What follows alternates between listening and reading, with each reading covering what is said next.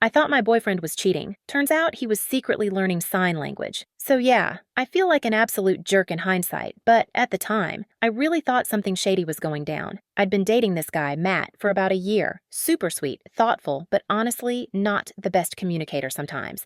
Like, emotionally, he was there, but when it came to texting or telling me what was on his mind, brick wall. Anyway, a few months ago, I started noticing weird stuff. He was being super secretive with his phone, like tilting the screen away from me when texting, clearing notifications quickly, even changing his passcode. He'd leave the house for errands and come back an hour later with nothing but a bottle of water. One time, he said he was going to the gym, came back in jeans, and the biggest red flag? He lied about where he was one night. I called him around 8 just to say hi, and he told me he was at home, relaxing, but I could clearly hear background noise, people talking, doors opening and closing. I didn't say anything right then, but it definitely stuck with me. So like any insecure, anxious person who's seen one too many TikToks, I started digging. I checked his location on Snap, off. I casually brought up this girl he used to work with who I knew had a crush on him, and he got all awkward and weirdly defensive. I even considered following him one weekend when he said he was going to his cousin's, but I stopped myself because, I didn't want to be that girl. Instead, I asked him straight up, "Is there something going on? You've been acting different?" He just smiled and said, "You'll see soon," which, by the way, is the worst possible thing to say to a spiraling overthinker. Fast forward 2 weeks, my birthday rolls around. He takes me out to this quiet little park near where we had our first date. We're sitting on a bench, and he looks at me nervous as hell. He starts signing. At first, I'm confused, like, what are you doing? But then he says out loud, "I've been learning ASL for the past 3 months.